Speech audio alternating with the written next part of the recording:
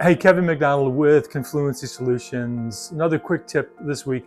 I want to talk about marketing plans, and I'm going to start by talking about a story. If you know me, I apologize because you've heard it before.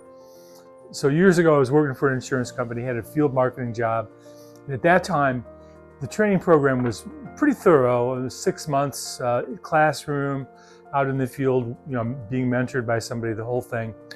So the first time out on my own, I go to Kannapolis, North Carolina, this little town at the time. It's grown up now, and small agency. And I asked Walter, who was the agent, "What's your marketing plan?" And he said, "Well, Kevin, we can sell whatever we can, whenever we can, to whoever we can." And I got to tell you, I wasn't prepared for that answer. And at that time, you could kind of do that. It was a small town. There was a limited number of media options, local newspaper, the yellow pages. Maybe you could do some direct mail if you felt like it. TV, the billboard everybody in town drove past. And a lot of things, if you look at the companion blog post or the checklist that we have that you can download for this, for putting your plan together, it was a pretty limited number of options, and maybe you had to make a couple choices throughout the year, maybe only one in the case of yellow pages, right? And on you went back to your insurance. It's not like that anymore.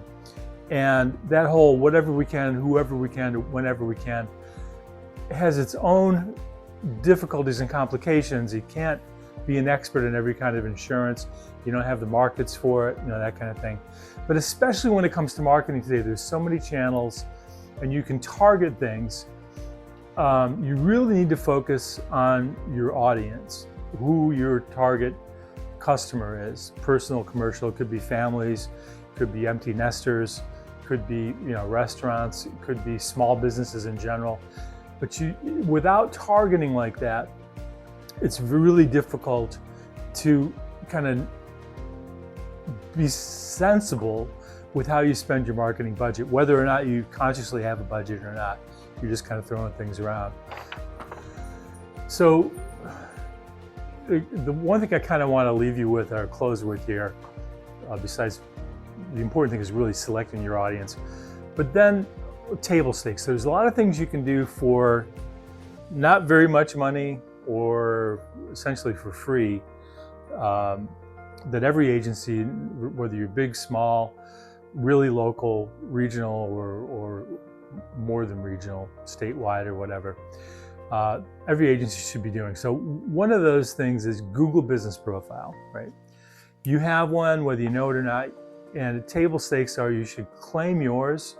If you haven't, should be somebody that's going to be with the agency, right? Not some insurance company doing it for you or some employee that might not be there next week, owner really. You don't have to work on it, you should just claim it, you should control it. And there's a lot of information that Google has added over time. So the basic things are your name, address, phone number, your services, companies you represent. You can post to it, you can add photos, you can add videos, you can do a lot of other things, but at least take care of the basics, at least claim it, and at least sort of control it, right? Another thing you should do, and this is related to your Google Business Profile, are reviews. People look at those, people regard them pretty much the same as word of mouth today, and it results in a lot of leads that, whether you realize it or not, is kind of a passive thing. So you should be asking for reviews, making a program within your agency. We have some ideas for how to make that happen if you have anything in place right now.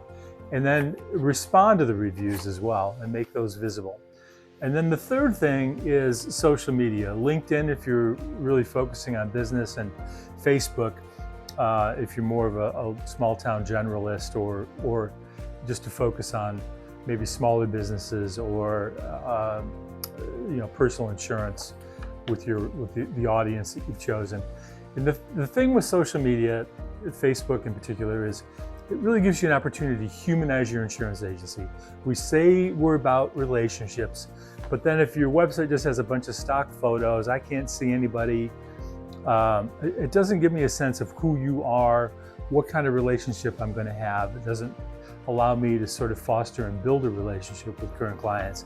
So Posting to Facebook, can seem like a chore. There's a lot of ways to make that easier. You need a tool, I think, to do that. We have one that allows you to schedule it, find content, share content. We have some ideas around that as well, which we can share with you.